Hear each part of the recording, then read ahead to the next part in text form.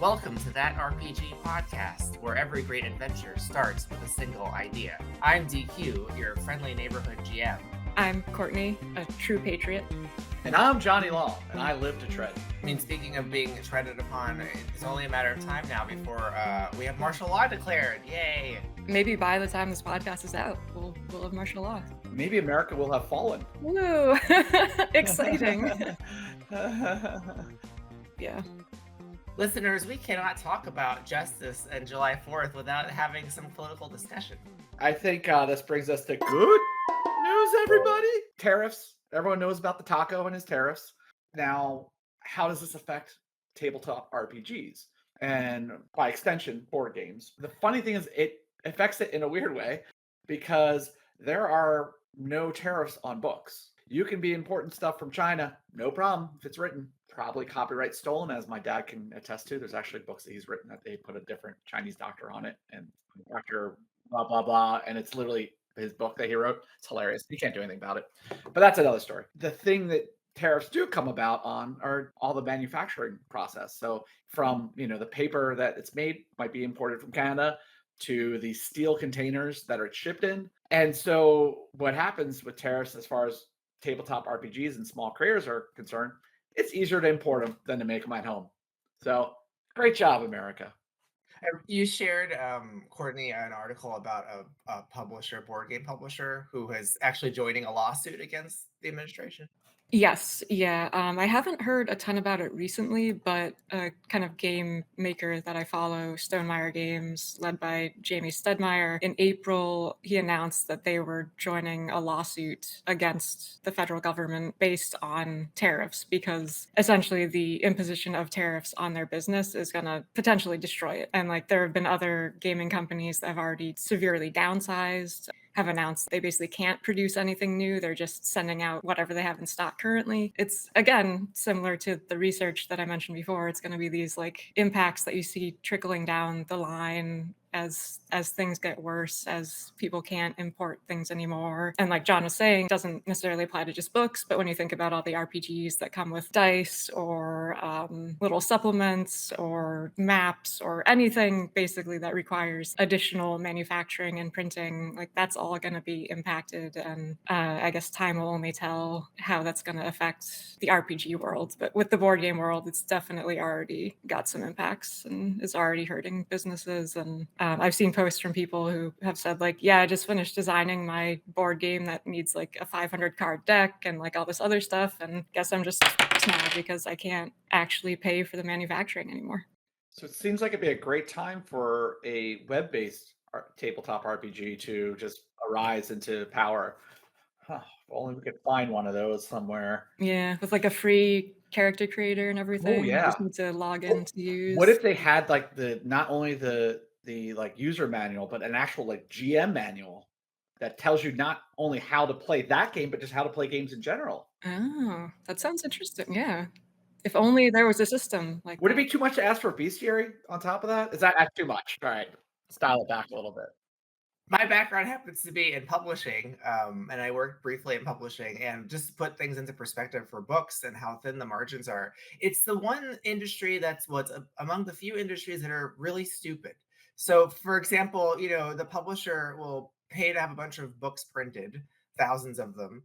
He'll pay to store them someplace. Then they'll pay to have them shipped to the stores on consignment, meaning that if they don't sell, the publisher then has to pay to have them transferred back to storage. And so at every point, there's a dollar being taken out of the product until the margin is incredibly tiny. And so while the system isn't quite the same in indie publishing, it's probably similar in a bigger publisher like Wizards, but in indie publishing, running a press run of 5,000, 3,000 books is a lot. And now every dollar that something like tariffs or the effects of tariffs do to the pricing makes it harder and harder to produce these things and sell them in a meaningful way. So, I don't know, we haven't spent the time yet to look at the differences between print on demand and running a print run and all that, and what our options are. But I can imagine as things get tougher and tougher, and you have fewer and fewer options, what are you going to do? Do you just not print it? Do you just keep it digital? And that would suck, because part of the magic of RPGs, as much as we love to have our digital guide and everything, is having that final physical object that you can have on a table or have on your shelf, and it means that you really have brought it into the world.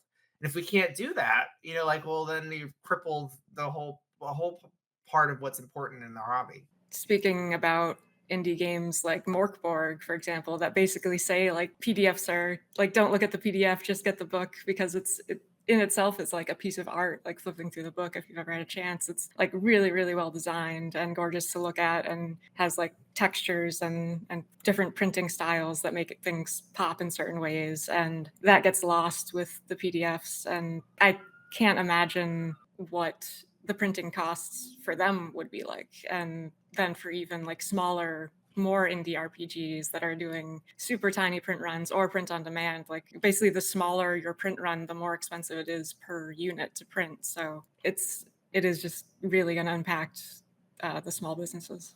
Yeah, print on demand has basically become non-existent. I mean, it was already a thin profit margin to begin with, and now, And can you imagine a world where DQ just has empty shelves behind him? Like where, it's just some like thumb drives. Like what would you do? I don't even know how that I've looks. been trying to pick every time I go to a convention, been trying to pick up my favorite titles, because like I don't know when, if they're out of print, when you're gonna get them again, and when they're gonna when are they gonna be able to make a new print run of them? I don't know. Well, let's move on to non-realistic things, or at least realism Escapism. adjacent. Yeah, that's what we're all about. That's what RPGs are all about. Which brings us to our next segment. Do we have to spell it out for you? Where we go through one, if not many, of spells found on the OSR Plus website, osrplus.com. And we just talk about their possible applications and some fun stories that involve that said spell. Today, I think we should do one. We're talking about free action. It's a psionic spell, so mental, mighty based. That is through the casting of the spell, you or your target enjoys supernatural freedom, such that you can't be entangled, petrified, tethered, manacled, slowed, paralyzed, held, or restrained in any way, magically or non-magically, for the duration of the spell. You may pass through difficult terrain, such as water or snow or quicksand, as if you were on dry land. Classic freedom movement, free action. It's in every video game that involves things that can hold you back or slow you down. There's always some way to pop a potion or a ring or something, and you can move through. As with all these spells, it's roots in 2E. I think probably if I had to guess, maybe there was a magic item called Ring of Free Action. I don't know if there probably is a spell, but that's what I was taking this from. I don't think I see this spell used enough, to be honest. Yeah, I agree. I don't know if I've ever seen it used, and looking at it, it's like, oh, that's really strong, actually. Especially because it lasts. It's not just like a one-time use. It can continue to... Especially for like a thief or a rogue or someone in prison. I don't know if it will get you out of prison, but it'll certainly get you out of the shackles. So one character named Jasna used it on another player character named Cornelius, who was suffering from kind of like a possession aspect. He had this dark god that was taking over. It was called the altar. It was switching between them when not touching this item. But the player, asked if it was possible to use the free action spell to basically free him from this possession temporarily, so that he wouldn't. The problem was even when he would switch back to his normal self, he still felt oppressed, and it was like this thing had a gun to his head, proverbially. And so I thought that was really cool. It was metaphorical restraints on him. I know. I think I did ask for a fate point because it was kind of not what the spell's supposed to do. It was changing that narrative on that. But I thought it was really great, and it actually it moved the story in a different way and allowed that player to finally like talk as a normal person, not someone that's been suppressed by this other being. What I think is really important about that as an example, in the context of what we're talking about with not being oppressive as a GM, that's an example of considering any plan with open-mindedness, because you didn't say, no, that's impossible, which would be the first inclination. You said, well, that makes sense thematically. Now, the rules as written don't let me do that, but do you have a fate point? Because now we're talking, right? If they didn't have a fate point, there's other options. If you really were invested with this player pulling this off, you could let them try to do it, and you could have complications or have the spell check be different or difficult. There's ways you could finagle that to make it possible. I think a fate point is the best way to go about it, because fate points are about introducing stuff to the narrative that are not there. And so that is introducing something to that spell that's not there to make use it in that metaphorical sense. And I think that's an example of a GM, trying to level with the player and what they want to accomplish and not presuming anything about the way the world works. I think this is also a case of a spell that, like, I could see it kind of annoying certain GMs who maybe they have this swampy area that people have to go through and they're expecting this like trudge through it, and it's going to be this arduous task and make everything difficult. And then if somebody's just like, oh, I'm just going to cast reaction and walk on through, then that could probably be like, well, but I feel like there are other ways to still keep it interesting, even if that were to happen. Like if somebody totally bypasses a situation that you have set up, then you could still describe what's going on. And actually, can this be used on multiple targets at once? Because it does say you or your target. Oh, it says you or your target, then yeah. But it's only one target though, right? Because it doesn't say you or your targets. You or your target enjoy supernatural freedom. So that's as many people as you want to cast it on. Oh, okay. Really? Yeah, a spell will only specifically say you if it means just you. In the spell logic, it basically says if it says you only, then it's just you. But if it mentions a target or more than one target, then you can use the logic of spending MP on multiple targets. But I mean, to Courtney's point, like if you invalidate, if they invalidated a whole challenge with it, great. That's them using a very situational spell to its intended purpose. Like, why should we bemoan that? Like, sure, it sucks for you because maybe you spent time on that, but you set the challenge aside, alter it. You could use it in something else, but you don't want to frustrate the clever character. I mean, in OSR Plus in particular, none of the spells are meant to be combat oriented, or I should say, none of the spells do damage directly. They're not in like 2E and a lot of traditional games. You have like fireball, lightning bolt, all that stuff. None of the spells are like that. They're all situational sort of spells. And so, if your first reaction is like, oh, they ruined my challenge with their one ability, like that's your problem, not theirs. Just to clarify something for those that aren't familiar with OSR Plus, there is another aspect of spellcasting called Maleficence that does the damage. It's just not part of the spells. They're two separate things. Kind of like X-Men, where they have like certain domain power. So like if I'm Iceman, I have Maleficence over ice, so I can like make ice bolts or freeze things. Like that way we don't have like 7,000 spells. Ice ball, cone of ice, wall of ice, ice hand, all those stupid spells. Why? Yeah, it does streamline the process definitely, to just have like an innate control over one area. And yeah, going back to like the idea of players ruining your desired outcome, stuff that we've touched on in previous episodes too, is like if you really want a very specific storyline to happen, you should go write a story instead. And you can certainly do that alongside the game. Like maybe you're writing a novelized version and your canon version where everything you want to have happen happens, but your players aren't people in a novel that you're controlling. They're their own people. They have their own free will. They can cast reaction to get out of a tricky situation. They can use all sorts of spells to do all sorts of weird things that you would never have imagined. And it's really cool to see that happen. Enjoy their creativity. Like, be surprised. My most fun is when I'm surprised by something they did, and I'm like, I never would have thought that would solve this, because I don't usually have a solution in mind. But the problem, like, we just finished that dragon playtest, right? And although sure the impact wasn't as much as we had all hoped for when we saw it come into play, but a player was literally just killed, and so she spent a fate point to have an item, a magic item she happened to have on her person, roll out towards the villain. And this was a bit of pneumonic war, basically like a radioactive isotope that can explode, and in a place that's a volcanic landscape. What a neat idea, right? Like, now this is in play. Who knows what's going to happen? I mean, sure, it didn't explode with as much violence as we would have been excited for, but it certainly exploded, and it contributed to being able to win against the creature in the end. That's a really clever execution that was totally out of left field. And very memorable too. Like I have a picture of like the hand, like her little dainty hand, like a little shamrock coming off. Just a leprechaun. All right, that's a 20. A 20? I rolled 6. Nope, it was a 10. Oh my god, I rolled 2 sixes. That's 12 damage. That's entangle, fire, and acid. How many hit points did you have currently? I have 0. So you're gonna take 12 wounds. So yeah, you're on death's door now. All right. Even though I'm on death's door, can I do anything? You're unconscious, but what do you have in mind? When she fell, is it possible that the pneumatic ore that she was holding rolled out of her pocket toward whoever was the closest to her? Do you have a fate point? Yes, I do. You could certainly say that happened with a fate point. That might have happened.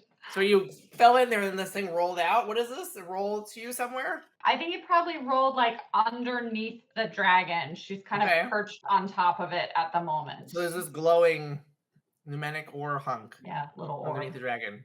Yep. It rolled out of her inventory. So this orb falls under the creature. It doesn't notice that because now it's looking back at the dragon slayer. I'm like at 0 health. My clothes are all singed up. I'm leaning on my staff. I shout out to the dragon. Did you think that was her there that you knocked over? She's long gone with that stone. I see the truth in everything, wizard. Your lies are hollow. No, you missed her before when she was back there. Her spell does not work like that. You are stalling. Gonna need a contested check. Drop that one. 9. I got a 15. Even though she doesn't believe you, your verbosity, like your command of magic, makes her question if you could be correct. And even so, she's annoyed with you, so she's focusing on you. So I'm going to direct her actions at you this turn. Because you've got her attention, she flings her wings out and she says, I will show you the nature of truth, wizard, in ashes.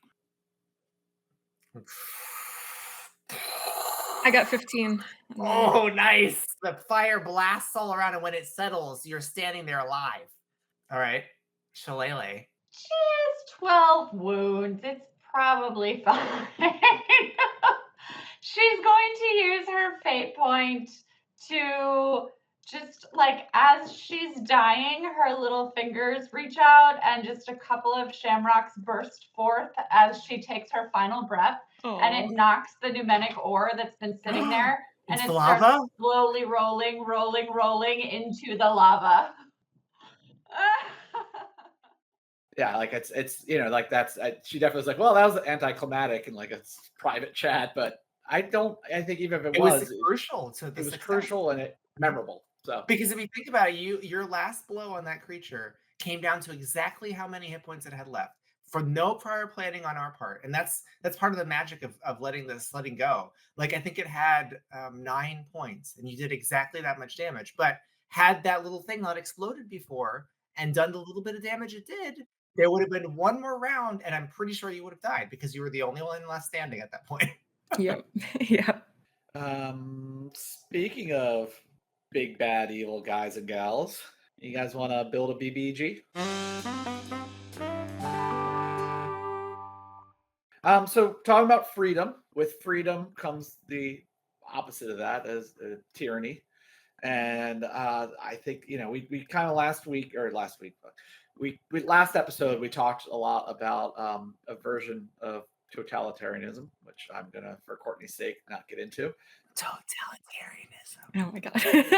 So I think building a tyrant is an interesting concept for a BBG, but one that's often used, I guess, what's more evil than tyranny. So is there a way that we can either build the opposite of that or maybe build both, like two opposing factions that are both evil in their own way and the players are found? If we build a tyrant that is both, like they started out with a plan that was meant to be good, but their obsessiveness became a tyranny, like a revolutionary who did something great, but then they became a tyrant. I've been watching Righteous Gemstones a lot recently, which if you guys haven't, it's so good. But so Righteous Gemstones is about a family of megachurch preachers. John Goodman stars as the head of the family. And and Danny McBride is his eldest son, and it's just the cast is amazing. Walter Goggins What's his name, right? Walton. Walton. Walton Goggins is in it as the crazy uncle, Baby Billy. And so it's definitely making fun of the mega churches, but it also has like the most insane things happen in it, but somehow it still stays on track or comes back to the tracks at least, and also has some like heart to it as well. But sports mild spoilers. In season 3, Steven Zahn plays a character who is in a sense a revolutionary and is trying to shake things up and bring things. He's kind of very anti megachurch and wants to have this it's more homegrown religious movement, but he also is a tyrant. He is a leader of a cult, and so that is kind of what I was thinking, like what you said, that started off with good intentions, but he loses all of that aspect in the process. Like the Luthen interpretation you had almost. Like, what if Luthen, instead of being a hero in the end, became a villain? That would be exactly what we're imagining.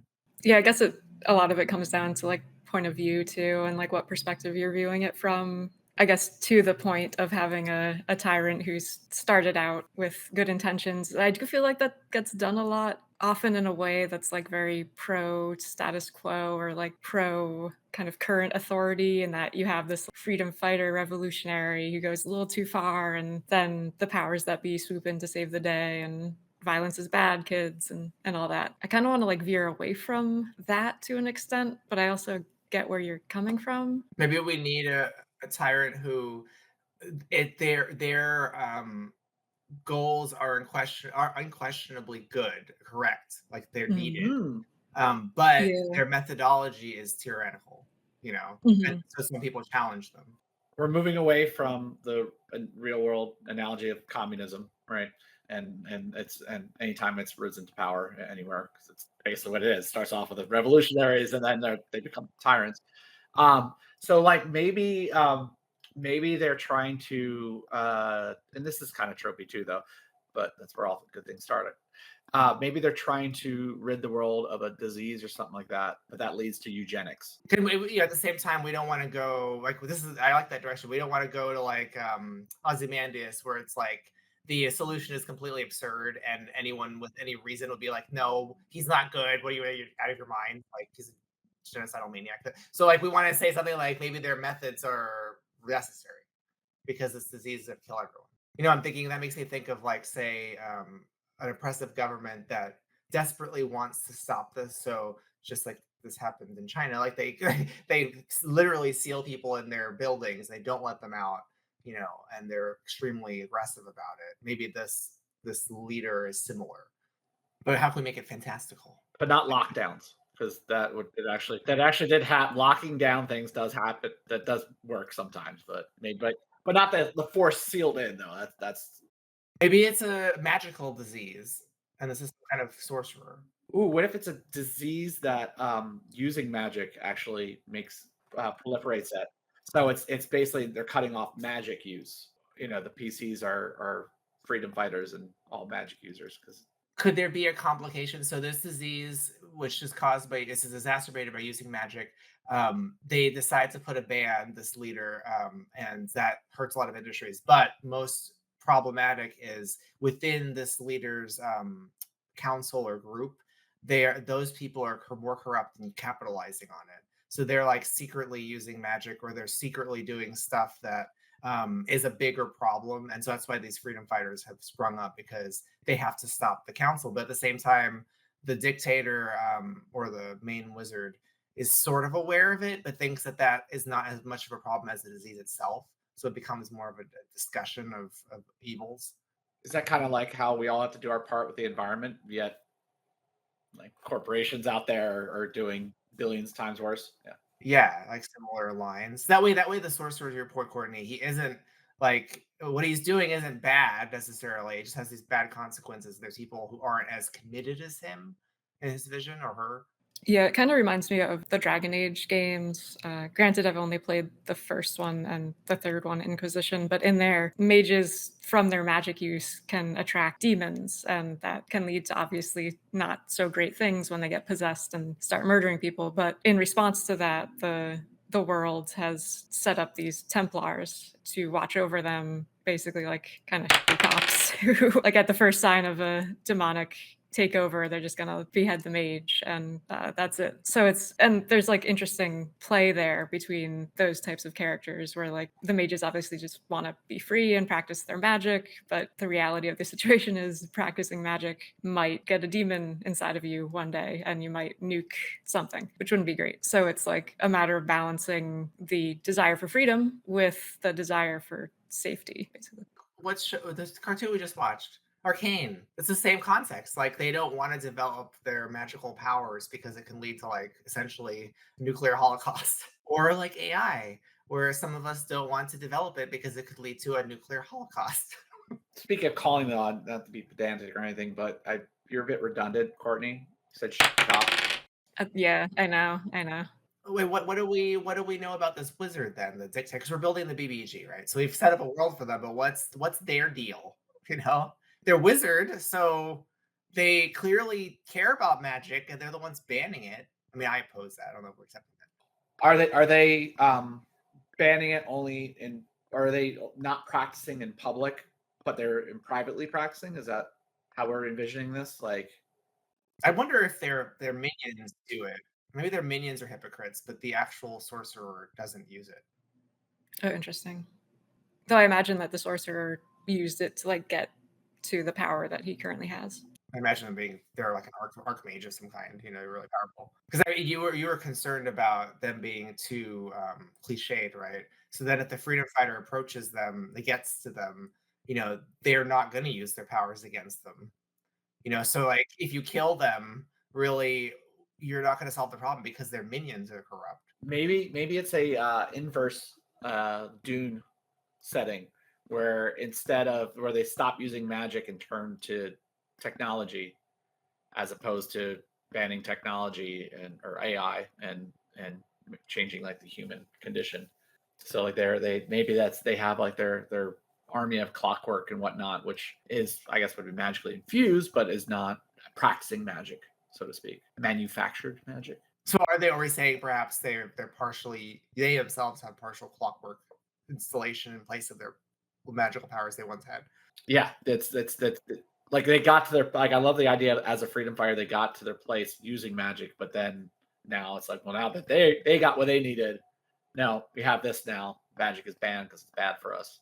Oh, and that's a good arguing point for the freedom fighters because they're like, oh, you know, like it's kind of like the third world or industrialist countries being told cut your emissions by country superpowers that have already have all the wealth they need. So here you might have towns within this big city, I'm imagining like some large mega city or something, that need to use magic to be modernized, but they can't because they're being oppressed. And so that's why they engage in fighting the system.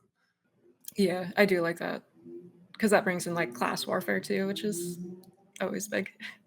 And the BBEG says I have a bird's eye view of the situation. So it's like, sure, this one town is going to suffer, this other town's going to suffer, the lower class is going to suffer, but I'm trying to keep the country intact. And whether we agree with that or not, that's what the challenge is. Sounds a lot like Luthen, just saying. Anyway. I think they would definitely be a consequentialist, whether altruists or egoists, they care about the consequences, it sounds like. Yeah. So focusing in on this BBG, we're saying he a lot. Do we think it's a he? Does it matter? My next question is like, what celebrity do you think would you model around? Because that's what I like as far as building. We could do one for male and female. Yeah. So male, for some reason, I keep thinking Jeremy Irons. Classic. I just can only think about him from the D&D movie. Movie, yeah. The old D&D movie, not the new one. Not the Honor Among Thieves. Yeah, I just picture him as like, the going from mage to like technocrat kind of concept, and just that awesome voice. What's the actor of Saw Guevara in? Oh, Forrest Whitaker. I'm thinking Forrest Whitaker, but only because now that he has the machine implants, he's gone a little wacky. So he used to be like a wise, careful sorcerer, but now with all these mechanical implants, he's become more and more aggressive with his vision. I could almost, for a woman, see like a Sigourney Weaver type figure who's like, I mean, very logical and calculated, and this older woman who's experienced a lot in life, and I don't know, nothing about her would overtly scream like totalitarian tyrant. And maybe that's like kind of the disarming thing once the players encounter her and realize like, oh, she's just this woman who has replaced a bunch of herself with clockwork tech and no longer wants magic. And Maybe she lost. Maybe there was an accident in her life where she had to implant herself with clockwork because of a magical accident. yeah, Like she's in some kind of wheelchair or something that's clockwork based. That would be neat. I like that. Yeah. Or maybe like the sort of instigating event in all of this was even her own research, finding something out about magic that people previously didn't know. And once she found that out, it's like, okay, we got to cut this out. But the people who haven't experienced that don't really understand it, or like the fact that her discovering that in the first place might have opened up the floodgates for her minions to use. And yeah, maybe like her second in command or something is really the most corrupt one. Because that makes it way more nuanced, you know. I could even see like along the same lines as Sigourney Weaver, an actress that's like, say you took the Mon Mothma actress, she seems totally nice and friendly and pleasant, right? So that would be an unexpected villain to be in charge when they've only heard of this tyrant, but then you realize she's totally reasonable. She's just trying to do what she can, and that her as a result, it's a tyranny. I was thinking also Glenn Close would be a good older version, which she's the Dalmatians one, DQ, not the I know I get them confused. Meryl Streep and which one does the Devil Wears Prada? Meryl Streep. Damn it. God, I got them confused every time. I love them both though. What so yeah, I do like though the idea like with the final showdown of the BBG, like the final phase of that fight would be them re-embracing their magic. So you go like maybe there's like a minion waves or two like coming in, and then there's like they get up and they start doing some cool, mechanical stuff, both in mechanical and game and mechanical, right. But then it's just like, it's like that Final Fantasy cutscene, or they like blow off their parts and they're just floating there, and like a torso. Magic takes over. Yeah. And then they're also at their lowest moment because they're now a hypocrite, Yeah. Yep. Last Stand. Last Stand. I mean, this makes me think too, like when we're designing this character, how I have a clear image of them in mind. We had just talked about the movie Sinners, right? That Courtney and I saw this movie, and it struck me as a kind of almost in the vein of a twin Tarantino movie, strangely, and that it has a very strange oscillation between schlock horror to social commentary, and ultra violence. It kind of vacillates between the two. It has some really interesting musical components to it that's my favorite part about it. The crazy Irish dancing with the vampire. I mean, I shouldn't say. I mean, it's not really much of a spoiler. There are undead in this. That's part of the premise. But what interests me there is there's different kinds of villains in that film, how it's related to this. And you've got your classic like KKK cult leader villain, and you've got heroes who have become villains. But what's interesting, at least from the perspective of OSR Plus, is the reason, at least in our system, the reason why we play and what makes one of the essential components of an RPG, in my opinion, is that we're playing to fulfill whatever our character's desires are. So we design a character that has a conflict and flaw, and now we're trying to play out that conflict and flaw. And part of what we enjoy in doing that is this sense of what I call narrative enactment. Like if you want it to be, to take a step back, when I was a kid, my grandfather would come visit me. We would play. He would be He-Man, and I would be Skeletor, and we would like sword fight with brooms. And that childhood sense of wanting to be your character and fulfill their destiny, like defeat Skeletor, or defeat He-Man in my case, because I hated He-Man. Like, fulfill your character. That is what I wanted to embed in this RPG, and I think that's at the heart of RPGs. So going back to Sinners, who doesn't want to be the character who blows away the KKK cult leader at the end? Who doesn't want to be, in a Quentin Tarantino movie? What's the one where he murders a bunch of Nazis? Inglourious Basterds. Who doesn't want to be the Rambo-esque hero who just like machine guns Nazis?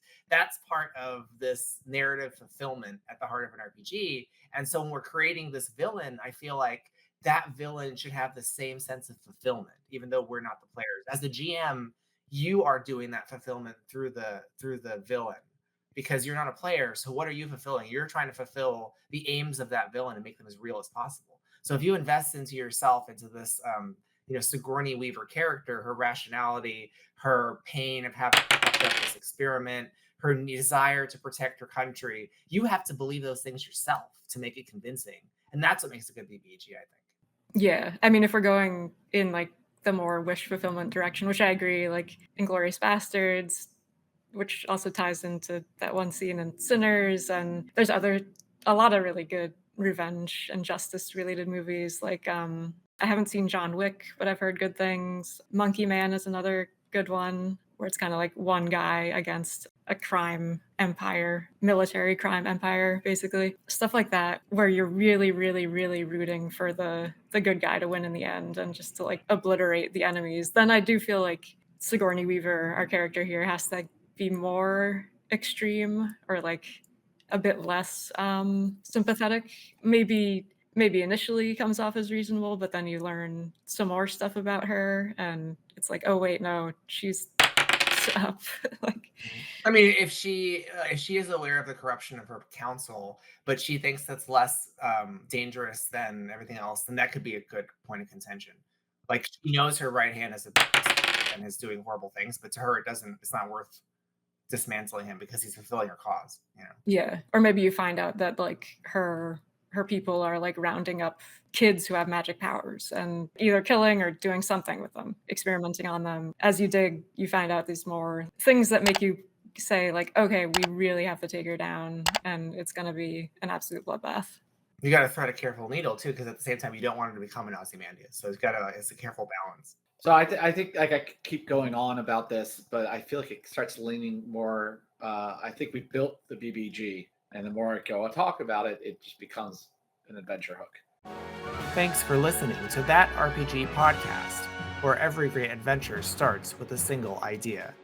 Join us next week for more from Don't Fudge the Dice, how to maximize free action in your RPG adventures, where we talk about tariffs in tabletop gaming, how to balance encounters and build tyrannical BBEGs, and explore the Outer Wilds in a Spelljammer-adjacent adventure.